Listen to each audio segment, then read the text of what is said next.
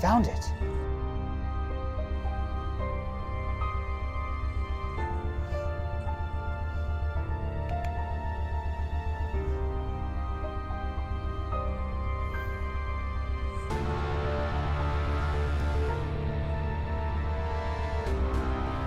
The Legend of the Demon Hunter.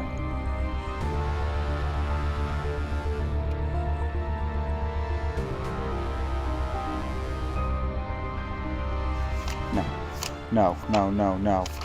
Oh, are you kidding me? No. There's not a single picture in here. This belongs in a museum. How is it supposed to retain anyone's attention without a single picture? Oh my God, there's nothing in here. There's nothing at all. Idea. I have an idea. Where is it?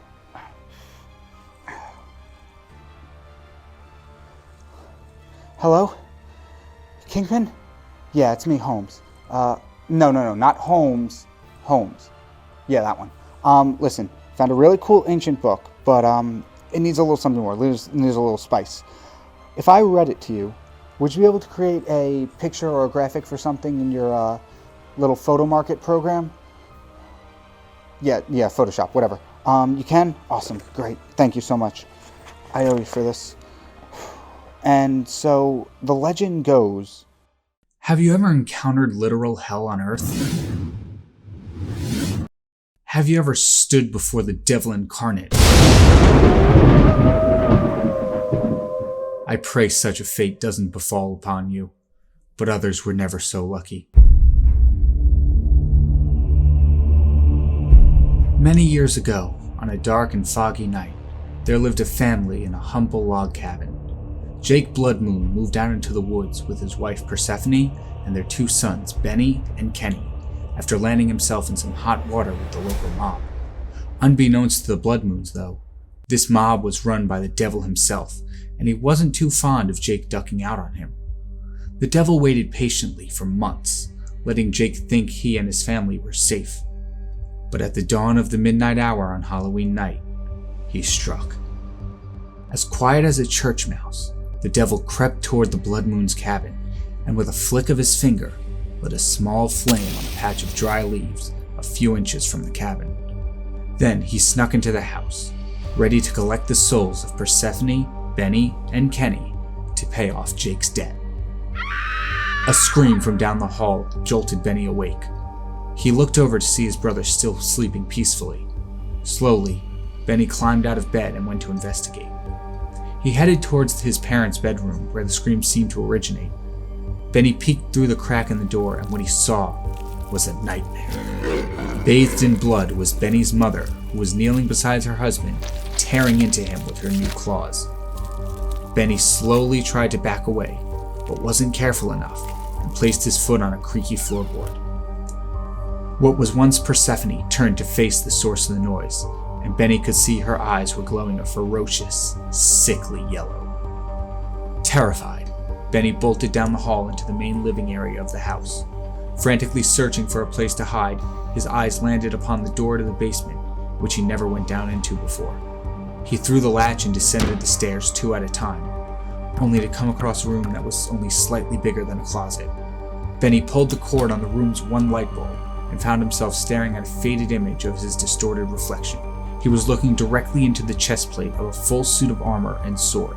Curious as to why an item like this would be in the basement of his family's log cabin, Benny walked around examining the armor.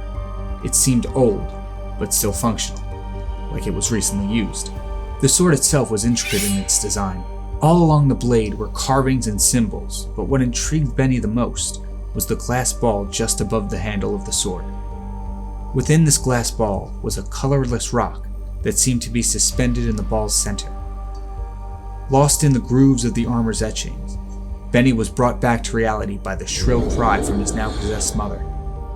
He heard the thud of her feet and the scraping of her talons on the wooden panels as she got closer and closer to the basement door. Benny's blood froze as the basement door opened, and amidst a pillar of thick black smoke, he saw the silhouette of a demon that was once his own mother. Almost as if a deeply buried instinct was coming to the surface, Benny dove into the armor and took hold of the sword. When Benny grabbed the sword, A two-way connection was formed between the boy and the weapon.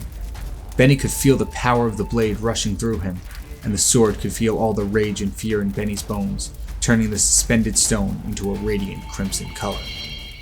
With his courage amplified by the blade's power, Benny lunged up the stairs at the demon, making a deep cut in her chest with a swift strike.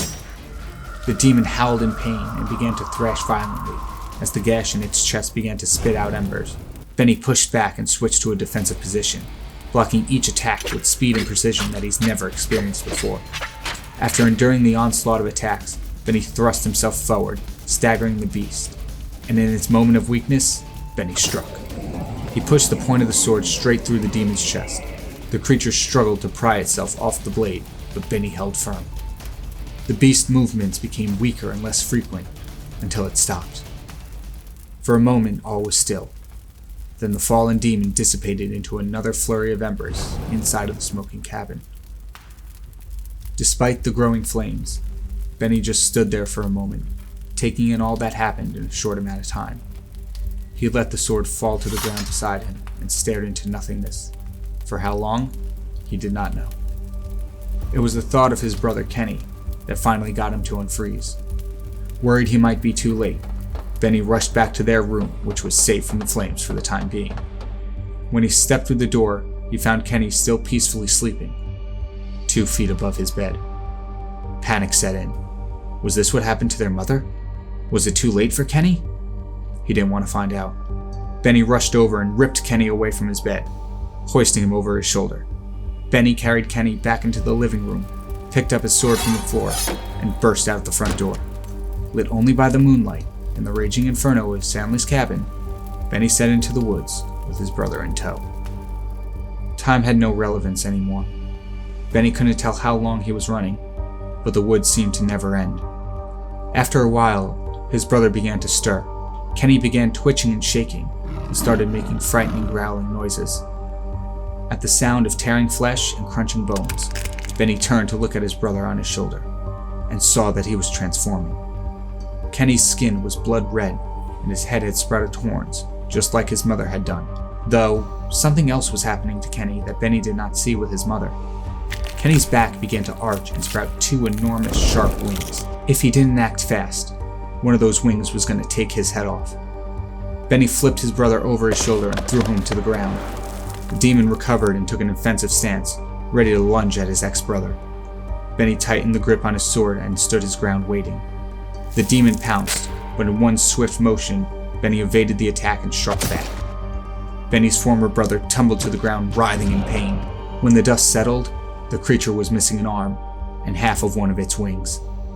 Through the embers erupting from the demon's wounds, Benny approached him, his sword glowing the same crimson red as before. But it was no longer his fear that powered the blade, but vengeance. As the beast tried to crawl away on its hands and knees, Benny raised the sword and drove it right through the back of the demon's head.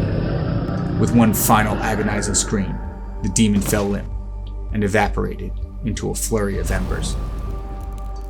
But Benny knew this wasn't the end. As he stood in the forest surrounded by darkness, he knew what his life had become. He knew what he had to do. He swore right then and there to continue to rid this world of demons until one day he can kill the devil himself.